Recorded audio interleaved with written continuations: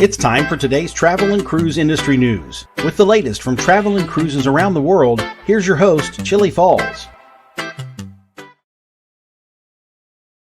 Good morning and welcome to Travel and Cruise Industry News on this, the 10th day of June, 2022. Coming to you from Central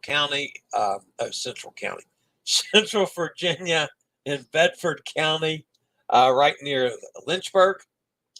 I do have a couple things to touch on before we get to our guest this morning. Breaking news item just within the last 30 minutes or so. The CDC has lifted the testing requirements for travelers entering the U.S. We're going to talk about that. And then our main story today was Carnival Cruise Line helps a stranded family, which is just one of those feel-good stories that we don't have too much of anymore. But that's the lead story this morning here on Travel and Cruise Industry News on this Friday. Today, by the way, folks, is National Iced Tea Day. Now, it doesn't matter if you like sweet tea or just regular tea. It's iced tea day. Again, you guys know I'm a Diet Coke fanatic, so that's not one of my favorites. But I'll drink some sweet tea on occasions. But anyway, so go out and fix up a gallon of iced tea today to celebrate Iced Tea Day. Cruise ship sailing from North American ports today on the 10th of June. From Boston, we got the Norwegian Pearl, Bayonne, Oasis of the Seas. Down in Norfolk, Carnival Magic. Port Canaveral, we got Carnival Liberty, Independence of the Seas. Down in Miami, Scarlet Lady, Norwegian Sky. Be on that in August. Carnival Conquest and Freedom of the Seas. I'll be on that in a couple weeks. Out in Galveston, we've got the Grandeur of the Seas getting underway in Los Angeles. Long Beach, Carnival Radiance. In Los Angeles, by the way, there is a story about this one. Los Angeles, we've got in San Pedro, we got Navigator of the Seas getting started today. It's going to be delayed. We'll talk about that. San Francisco, Carnival Miracle Sails. Up in Seattle, Ovation of the Seas, Celebrity Solstice, and Oceania Regatta all sail. Vancouver, Seabourn Odyssey sails and Celebrity Millennium land packages get underway. In Anchorage, Radiance of the Sea sails, Grand Princess and Zuiderdam land packages kick off. And in Fairbanks, New Amsterdam and Grand Princess land packages get underway. So headlines this morning, in addition to the Carnival help to the stranded family, and of course the breaking news on the CDC, Disney takes delivery of the Wish. The Ritz-Carlton first ship completes its sea trials. Huge day in Cozumel 2 days ago. That was actually Wednesday. MSC redeploys Bellissima to the Mediterranean. As I mentioned just a second ago, Navigator of the Seas embarkation delayed for today. Coral Princess preparing for the Australia Open. And much more here at 11 o'clock this morning. If you're listening via the podcast, you can always access that via my blog, which is accessadventure.net, or wherever you get your podcasts from. All the big guys, Amazon, Google, Stitcher, Pandora, many of them. Just search for Travel and Cruise Industry News, and the podcast will pop up. And if you ever want to jump over to the video feed, there's always a link in the description of the podcast, which will take you to the video feed so you can look at the pictures or clips that I might be showing as I'm going to be doing here this morning. And we're going to get to our guest in just a second after a word from one of our network sponsors.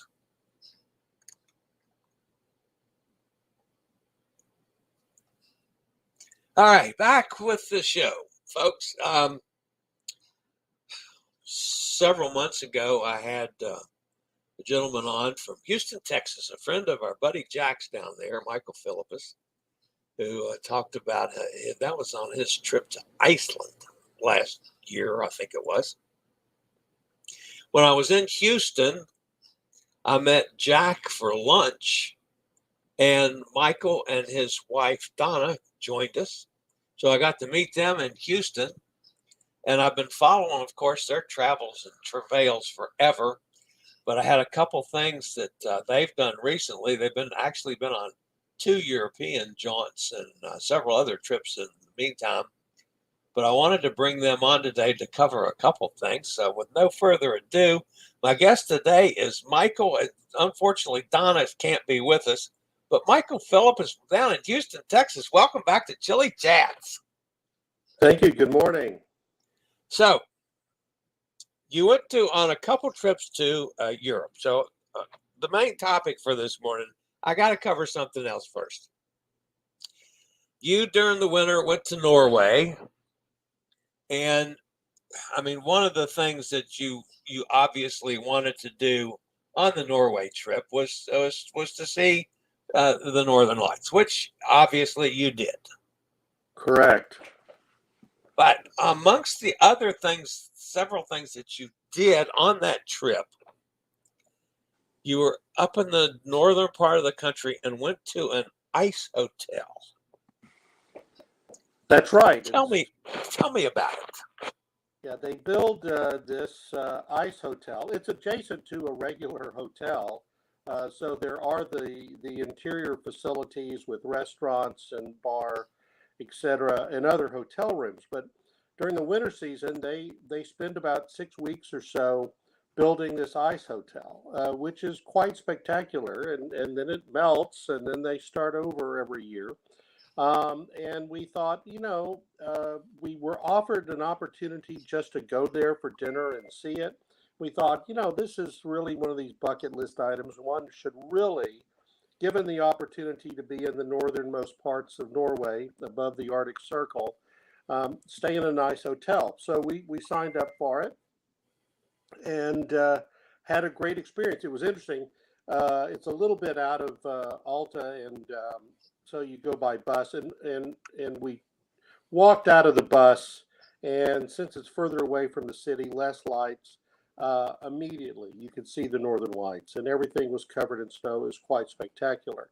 But yes, and then they took us in, gave us a tour, explained how it works. You don't get your sleeping bags because you use polar quality sleeping bags, but you don't want to leave them in your room to get ice cold while you're having dinner or drinks. So we got those, and then went on to go to our room, which was very nice. They had that's Donna at the door for our room. They had upgraded. They have some smaller rooms, and then they have what they call their suites, which just has a seating area and the bed facilities. And they're all decorated differently. This is a picture of how the bed is set. So it's a little like getting into a water bed. So there's a base around it. There's a mattress. It's covered mattress per se. It's covered with reindeer fur, and then you bring in your sleeping bags to put on top of that. And that's the other end of the room with the seating area. So it's nicely done. The thing that's amazing is the walls are very thick. There is the loudest silence you've ever imagined or experienced while you're in that room. You just don't hear anything. And it gets rather creepy initially, because then you start hearing your hairs on the sleeping bag or on the pillow. It's a little disconcerting, actually, at the start of it. Did you freeze your butt off? That's what I want to know. Well, you don't go to your room to sleep until you're ready to go to sleep. So we had a nice dinner and in the hotel. And one of the things. So you had dinner on ice as well? No, the dinner was not on ice. No, there's okay. a very nice dining facility, and had a reindeer and other, Norwegian specialties. Great meal. And then it's time to go to bed. So you get your sleeping bags and your pillows and move on into the room. And that's where it's a little more challenging. And I don't know if you can go back to that picture of the bed. Uh, you see that there's actually steps there, as Donna refers to them, the Oh murder yeah. steps. So they're ice and they have like some snow packed on top, so you're not really trying to walk on ice. But it's still, if you're not careful, it could be a little slippery. The challenge in that bed was we decided, since the chairs were across the room and you had to take off your shoes, you didn't want to walk across a floor of ice and snow to get to the bed, so you do it on the bed. But think back about the water beds and how they got a frame and then there's a mattress that's below that. Very, very challenging, to say the least. And then if you get up to go to the bathroom at night, which is not in that building, it's the main hotel building, then you have to put your shoes back on and everything. And the interesting thing is, you do see there's some lights there. There is no electricity in the room other than this LED lighting. And so we get to the bed and we're laying in bed, and then it's like Donna goes, "Where's the light switch?" Which is at the foot of the bed. And you go, okay, well, it's not that far. It's at the foot of the bed. No, once you're laying there in your sleeping bag, to get to the foot of the bed to turn off the lights, that was a little bit of a challenge as well. So Oh my goodness. it was fun and interesting. And for me, it was a little problematic. I use a CPAP, and I realized that there was not any, before we ever got here or there, I realized there wasn't electricity for CPAP machines, and I don't have a battery one. So that was a problem for me because I rely on the CPAP. I sleep very well with it. I don't try to sleep without it, but here I was sleeping without it, so that didn't help me a whole lot. Well, I mean, the one thing I was going to ask, I was going to lead into this to say why, but now I've laughed so hard that my funny question is not even going to be funny anymore. Oh, that's a terrific story.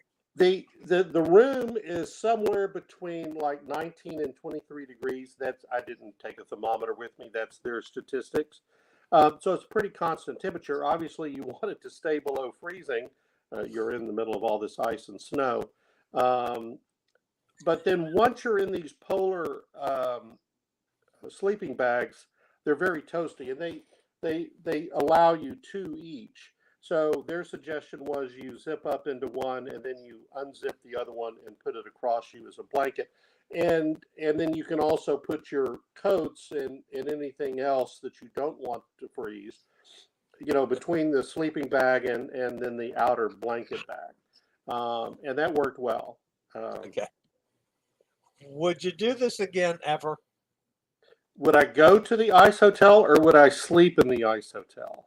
Yeah, would you sleep there again? Probably not. If I did, I would take a different approach. And they were very kind. And when we got there, they said, "Oh, we've upgraded you to the suite." And I don't know if you have that picture, but there's one with two twin beds, a smaller room, doesn't have a door, has a curtain over it, much smaller. I think actually, if you were trying to get in and out of bed with ease, that those two twin beds, ice beds, would be far easier. But I would say, doing it again, I would take the opportunity to go to the same facility, ride on the snowmobiles, tour the ice hotel, see what kind of art they've carved for the year and the chapel that they build, and have a nice dinner and go back to the ship. Yeah. So it's one of those bucket list items that we can tick the box. Okay. Overall, but for somebody else, I would say it's one of these memorable experiences, and you get to tell neat stories. Yeah, that's for sure. Okay. Overall, you love Norway, though. Oh, it was fantastic. Yeah, it was wonderful. We were on a Viking cruise. We started in Tilbury, which is outside of London. went through the North Sea. We were originally scheduled to go, well, a couple places. Uh, one of the stops in Norway, they said, no, we're not going to stop there. We're going to go to the Shetland Islands, north of Scotland. And I thought, well, that'd be great. Never been there. And but it's the North Sea, and weather is an issue. And we did not make that. But we made all the other port stops and just had a wonderful time. The thing about the Northern Lights is you got to go during the winter season. It's not during the summer season. Yeah. If it's the land of the midnight sun, then you're not seeing Northern Lights. So, it's just one of those things you've got to think through. And that was one of the things we wanted to see was the Northern Lights, which can be a challenge in and of itself. Viking has these resident historians and subject matter experts. So they were very good about telling us how to find them and see them. The interesting thing about seeing Northern Lights, especially the first time, is you see it better with your camera, whether it be just holding up an iPhone. And it's the issue in terms of the optics. You don't have to do any type of autocorrect or color correction. You can on the photos, but just holding it up, it's the camera sees some things that your eyes don't. But then once you've seen it once or twice, then it's much easier to say, that's where it is. That's a cloud over here. And then here's the Northern Lights. And then the colors do appear. But it's quite spectacular as it's occurring. Yeah. All right. Now, your latest trip, totally not to a different world, but considerably south of there. You were in Germany and Austria, and primarily, I can't say if it was primary. I have to ask you this. It appears to me that the primary reason for this trip was to go to the Passion Play at Oberammergau. Is that correct? Oberammergau. However you say that. Yeah. No, that was the primary reason. We had originally scheduled this for 2020. It's held once a decade. Oberammergau's been doing this Passion Play to fulfill a promise the villagers made whenever there was a plague in 1633.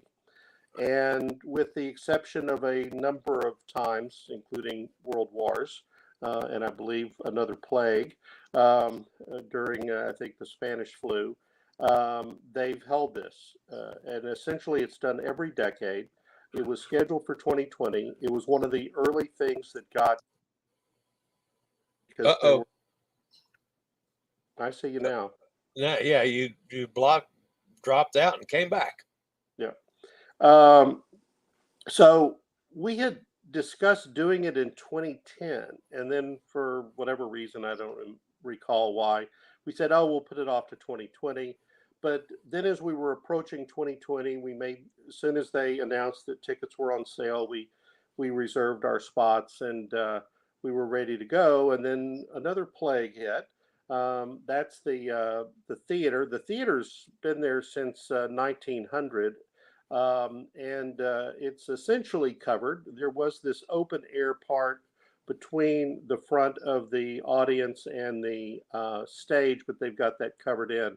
I will say it still got cool. We kept seeing all these blankets for sale. And I thought, we're not going to need blankets. But then as we were sitting down for the first act, we thought, yeah, those blankets would be nice for the second act. I know.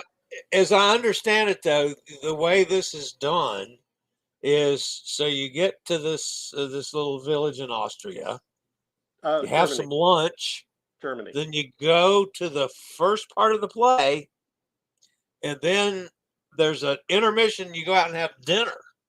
That's correct. And then come back for the back of the play. Is that correct? That's right. That's how it works.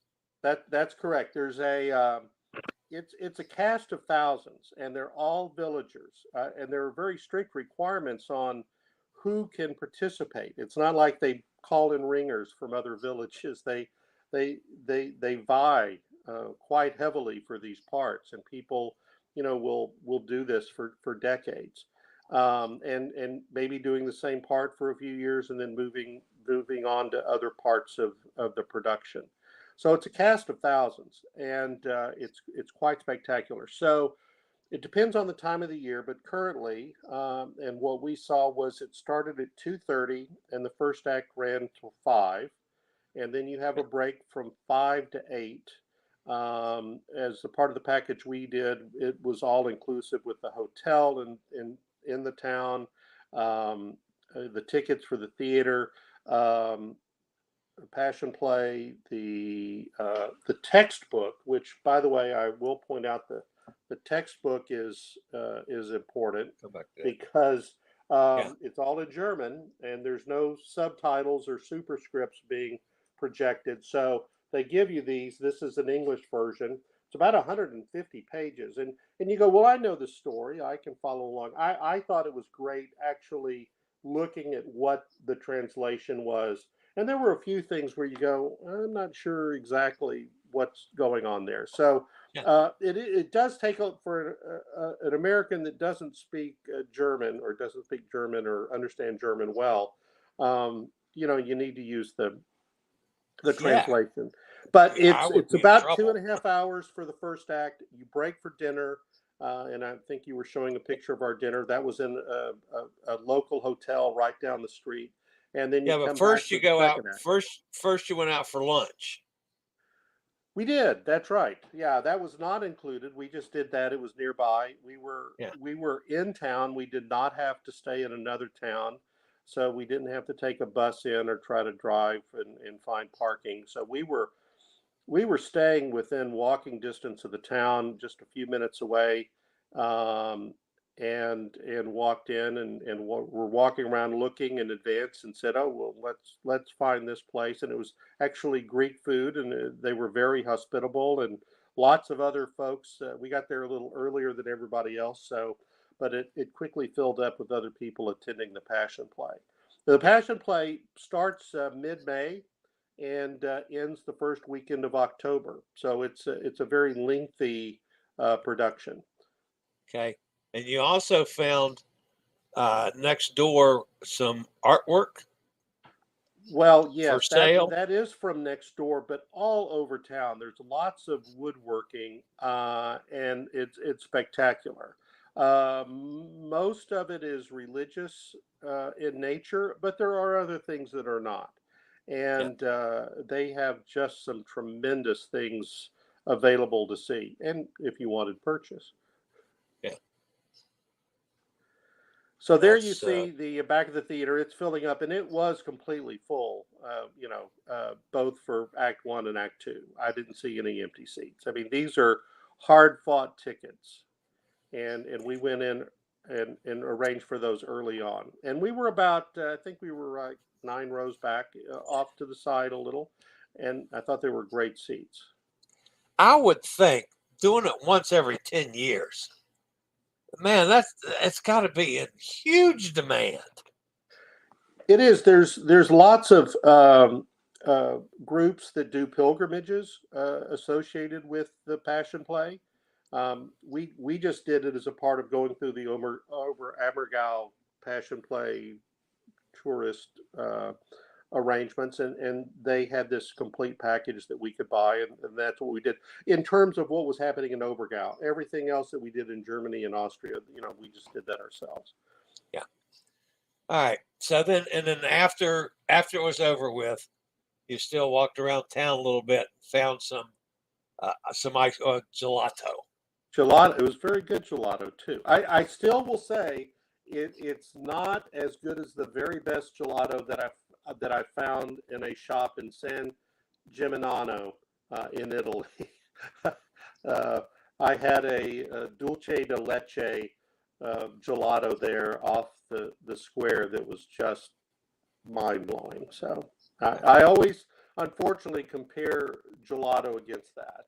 That's a difficult part. But no, that was a very local facility, and it was a great way to top off our time in Oberammergau for the evening. Now, Michael, I must say, you have, I'm guessing, a couple thousand pictures from this trip. I mean, I've never seen so many pictures, but you guys still had a fabulous trip over and above that. This was up near Munich, I think. No, that's actually in Salzburg. That's up at Okay. that's over. That's up at the fortress overlooking the town of Salzburg. But we did go to Munich after Salzburg. Yes. Yeah.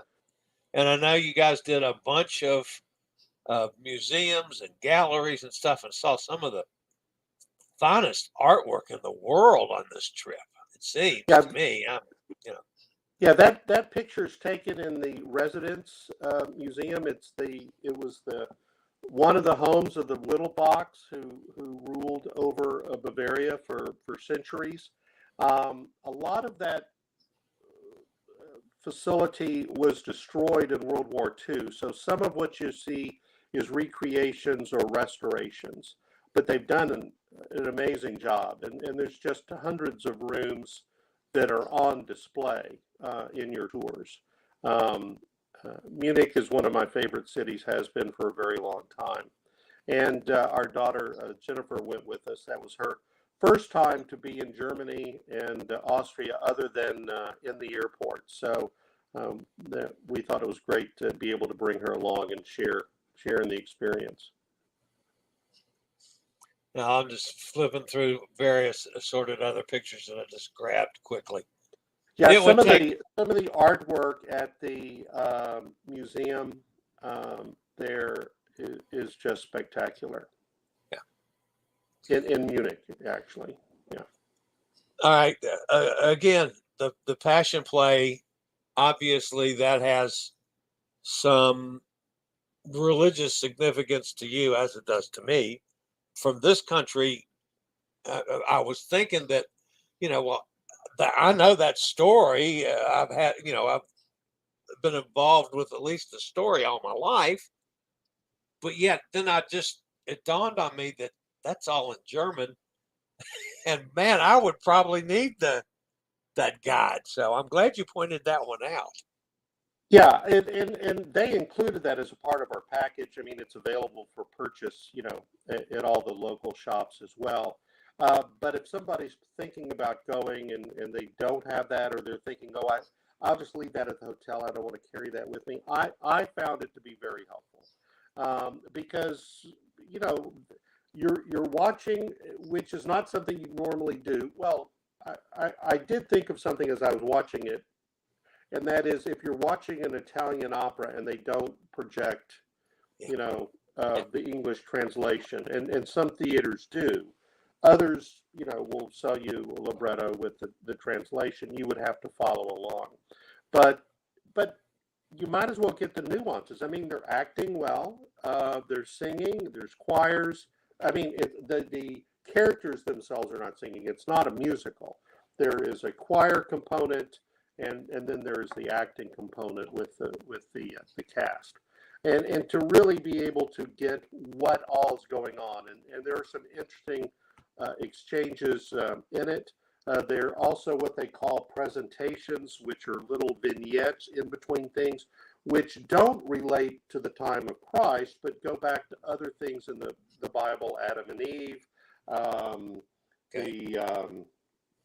the burning bush, the golden calf, parting of the Red Sea, things like that. So, I mean, you look at it, most everything you look at, you without even looking at the book, you would go, oh, I know what that is.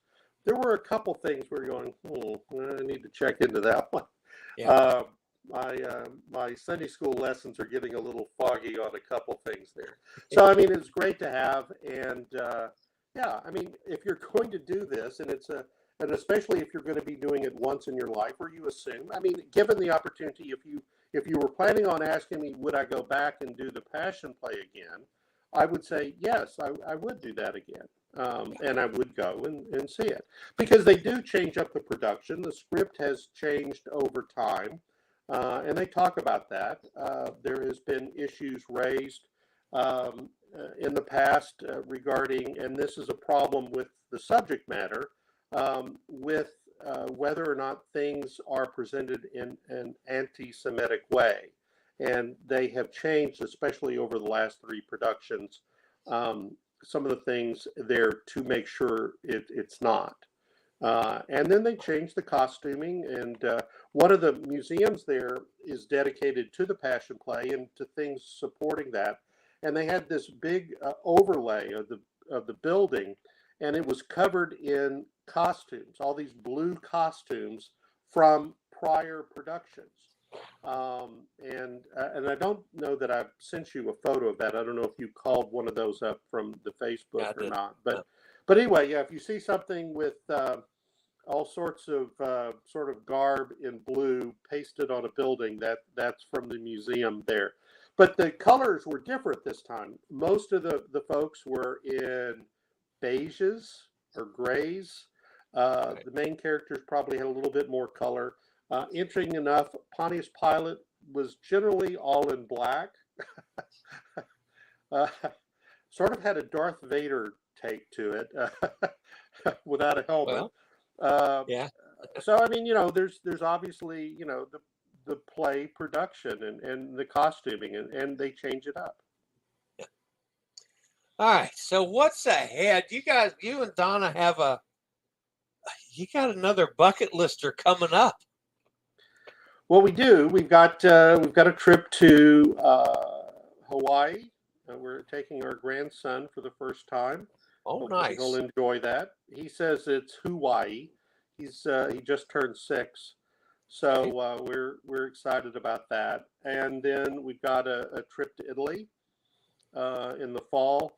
And then one of the things that we booked on our last Viking cruise was another Viking cruise on their new expedition ships to go to Antarctica. So we will have done the Arctic Circle, and we will have done Antarctica. And the great thing about the Viking expedition ships, unlike some of the cruise ships where you just go down to Antarctica, there are no docking facilities. Right.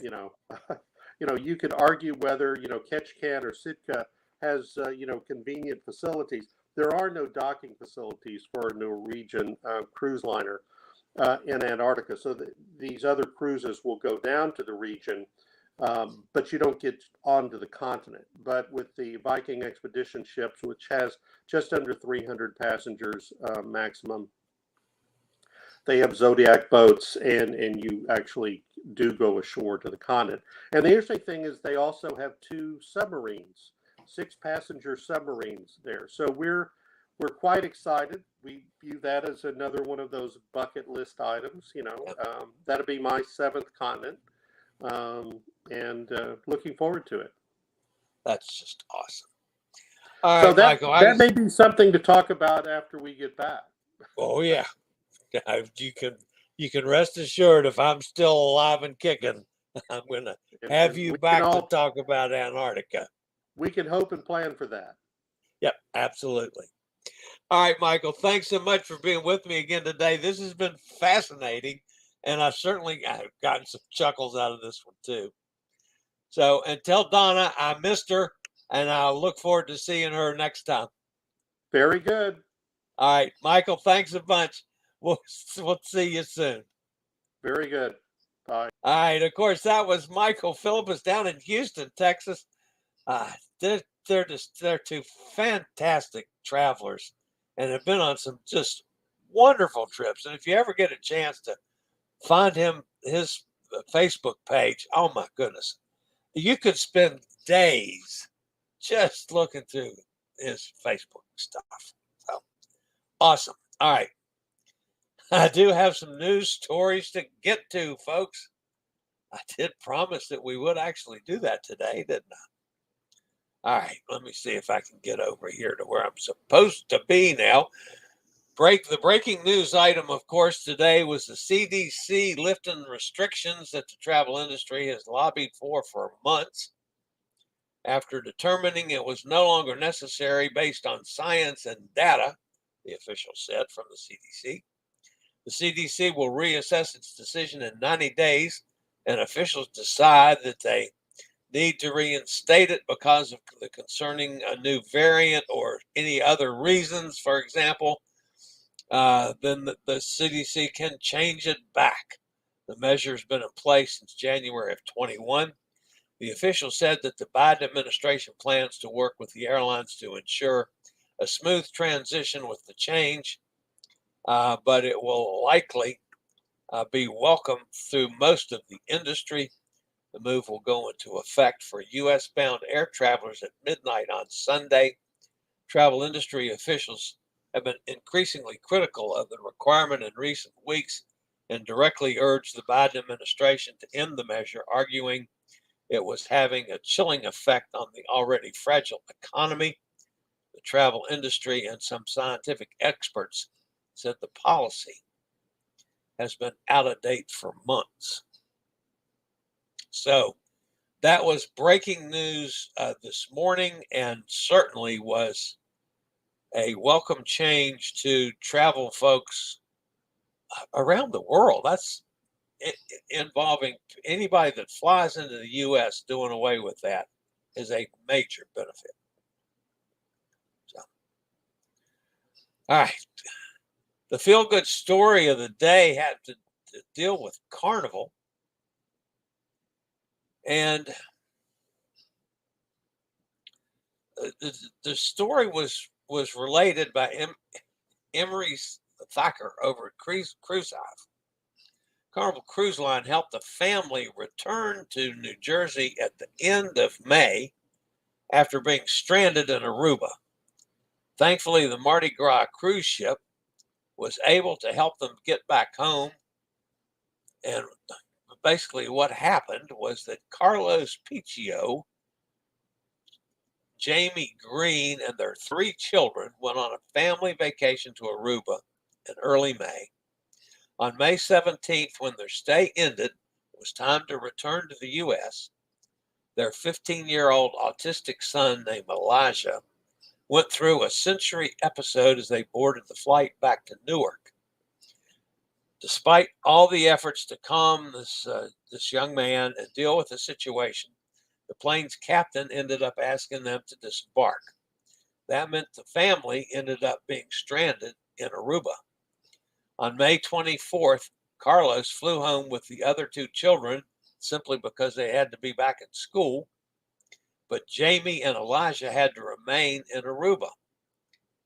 After work from the U.S. consulate, attempts with another cruise line, and even trying a medical evacuation, Carnival Cruise Line came to the rescue.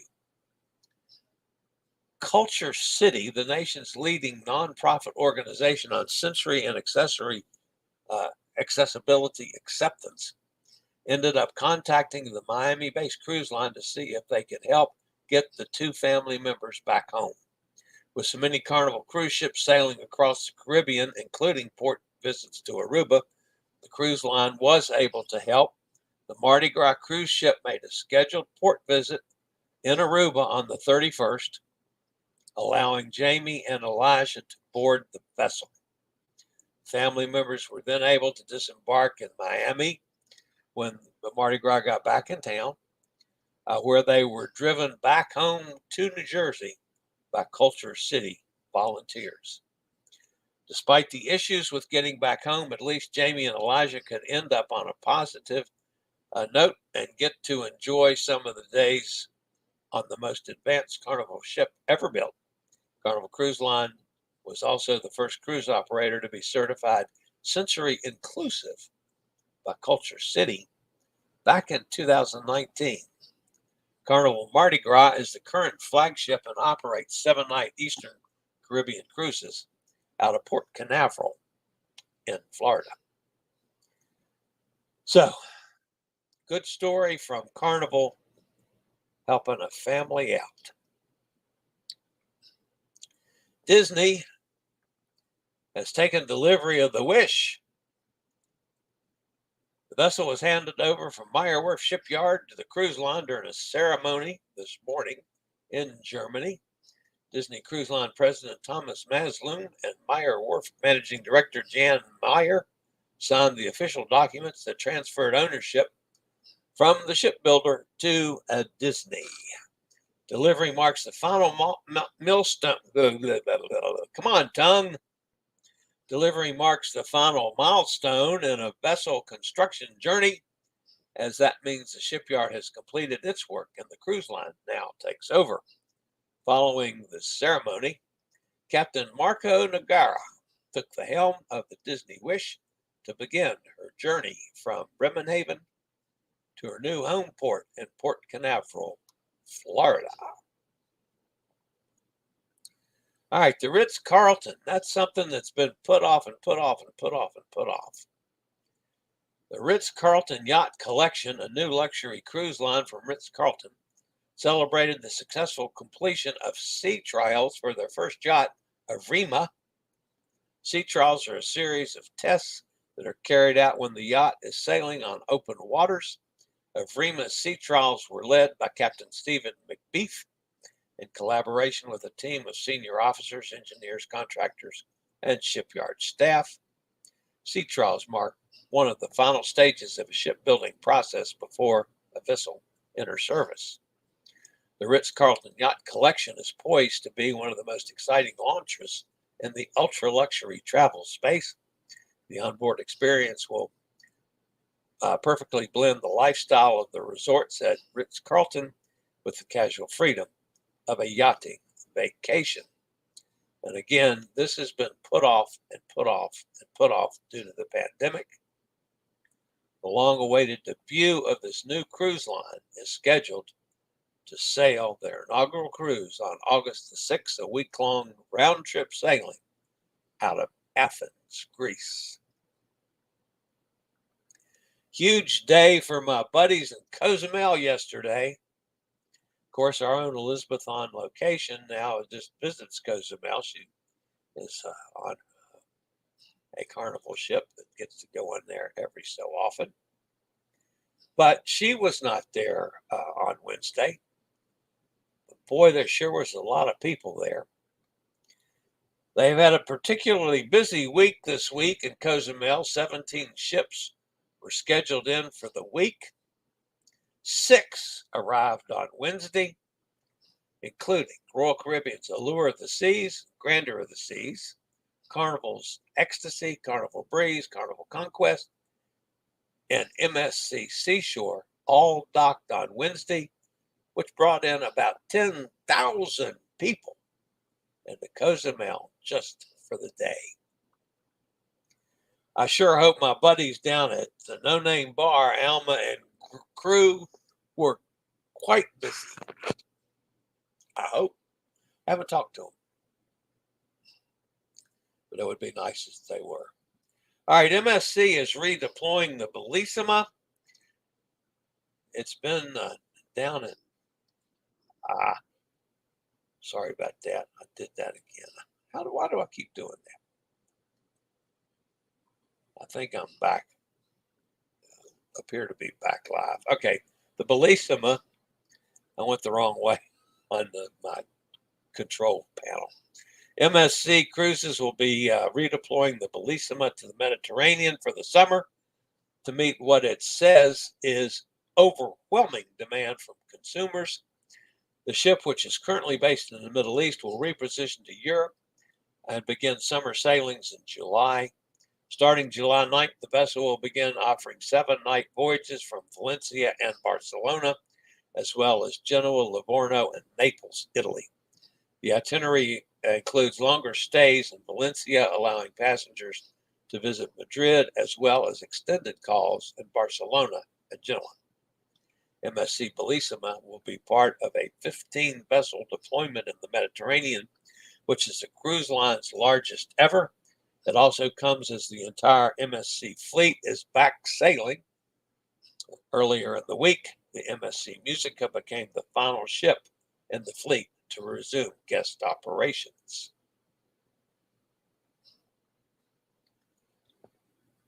All right. Navigator of the Seas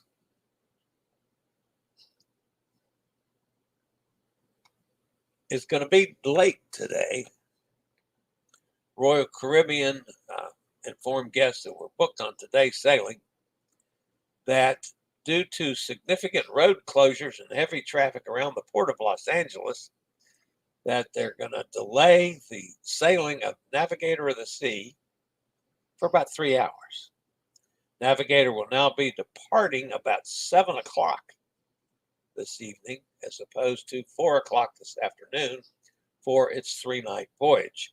It also means that the vessel's embarkation process will begin at 3 p.m., which means that all guests must arrive at the terminal in Los Angeles 4 hours after the original check-in time.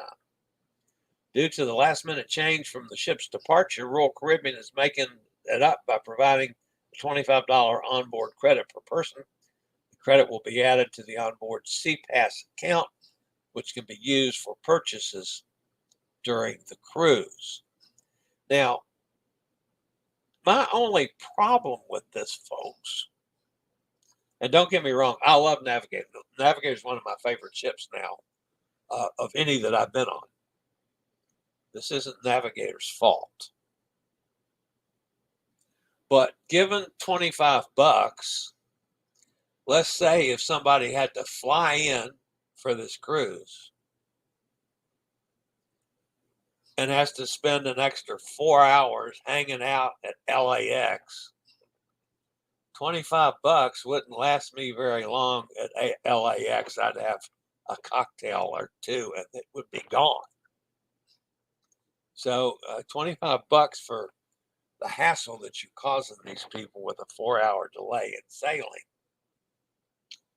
Come on, Royal Caribbean, you guys got to do better than that. At least I would think. All right. Coral Princess. Coral Princess arrived in Australia to prepare for the first cruise from the new state-of-the-art Brisbane International Cruise Terminal.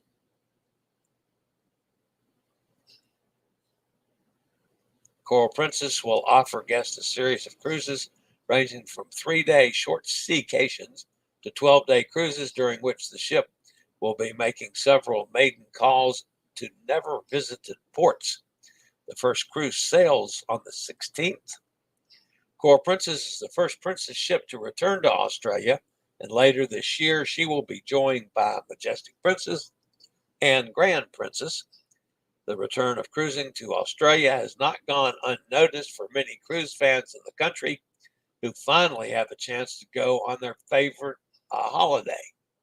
The first 2 cruises on Coral Princess are already sold out and interest booming for the remaining cruises. So that wraps up today's news. All right, let's pop over and see who's with us in the chat room. I was with handling a bunch of pictures and stuff. I didn't even get to follow chat today, folks, to see if any of you guys had any questions or comments for Michael when I had him on. So, Hot Air's with us. Gretchen's here. Cindy's here. Sonny's with us. Glad test requirements are lifted, but we'll bring another spike in cases for a short time. That's a good possibility. Travel with Lizzie Lou. Hi, Lizzie. Good to see you again, as always, of course. Cindy says, so glad about the test requirements being lifted to return from my upcoming sailing from Rome. I was nervous about arranging the test and getting stuck there. Yeah, so it's definitely going to help for people coming back into this country. That's also, I would assume, again, I have not flown from Europe back to the U.S. That would have been a good question for Michael. If he had to go through testing to get back into,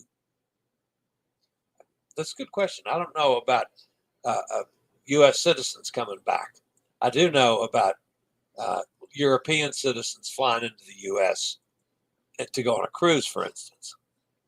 So that would be an interesting question for somebody that has flown back into the country or come back on some other methods. And I'm not 100% sure about that, but I would think that those testing requirements will be lifted as well. Amy's with us. Hi, Amy. Saturday at midnight from what I read. That's correct. Sunday at midnight. That's correct, Sonny. Nikki's here. Hi, Nikki.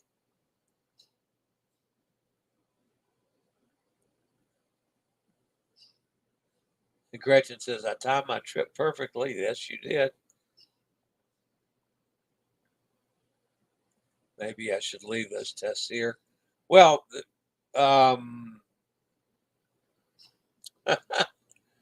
Gretchen, I would say yes. However, keep in mind, things can change again. And you're going to be gone how many days? Unless you're just overloaded in your luggage, stick them in. Have them with you just in case. So be safe rather than sorry.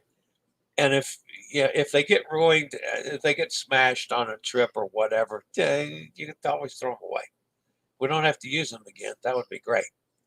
What I would like to see is that the testing requirement before I get on the cruises is lifted. That hasn't happened yet. This is just for people coming back into the United States. So don't get them confused, y'all.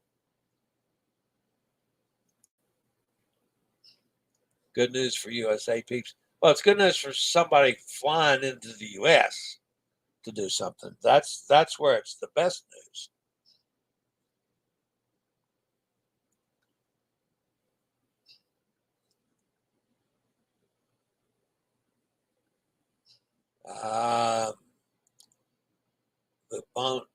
Oh yeah, for Gretchen and Fred are getting ready to take off on their trip.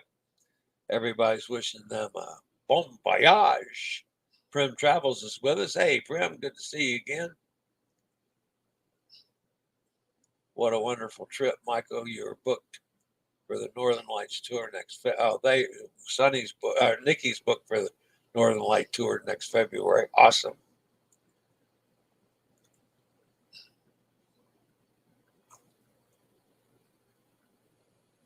Sonny says the bucket list. Go there and see that play. Absolutely.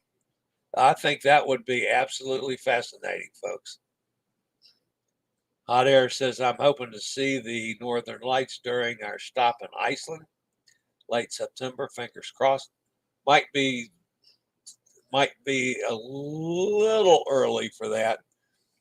When I was in Alaska, they claimed to have some Northern Lights sightings, and some people did get up in the middle of the night to go up on deck. I didn't. I figured if somebody had seen them and told me that they saw them, then maybe I'd make myself get up and do it. Yeah, Hot Air says Prima Transatlantic NCL. Yeah. Is that still going on? Yes. And everybody's thanking Michael for his sharing about his trip. Some of it, I'm telling you, folks, going through, I was trying to grab pictures this morning. Quite frankly, I should have done it before this morning, but early this morning, and going through his Facebook pages, there's just phenomenal amount of photographs that are in there. And they're just thousands of wonderful shots and things. And yeah, it's just amazing. Kenneth's with us. Hi, Kenneth. How's things up in Pennsylvania? Carnival needs some good press. Yeah, well, that's one of the reasons I did it. They've had some troubles, and I give them some credit when credit's due. I'm also going to probably post that on my blog because that has to do with a situation with an autistic young man. And I think that's worth the accessible community reading about as well. So I'm going to put together a post using that story on my blog as well today. So I got a dentist appointment first, and then that'll be later. So, all right, that's going to wrap me up for today, guys. I do not have any plans at this point for doing a show tomorrow. However, since we have had an abundance of news lately, and I didn't get to all of our guys that are sailing right now, and I've got a bunch of stuff that's been sent in from our family that's on cruises right now. Maybe I can. Maybe I'll do a show tomorrow. I won't do a live show. I'll probably do a tape show. Maybe I'll do a live show. Let me play that one beer. Let me see how bad the business with the dentist is today. So, but maybe I'll do something for tomorrow to carry on from today. So, all right, that's going to wrap me up for today, folks. I will see you guys sometime over the weekend, I feel certain. And if not, I'll be back same time, same place on Monday for Monday Travel and Cruise Industry News. Again, thanks to my special guest, Michael Phillipus from Houston this morning. And I'll see everybody again next time. As always, stay safe, stay healthy, think about cruising, and hopefully one day soon we'll all get together on the high seas. This is the old fat travel guy. Later, y'all. I regularly post videos on all facets of the travel and cruise industry. So if you like to keep up with the latest in cruise ships, ports of call, cruises themselves, Chillie chats, and travel and cruise industry news, just hit the little subscribe button in the lower right-hand corner, hit the bell notification so you'll be notified when a new video is up or we go live.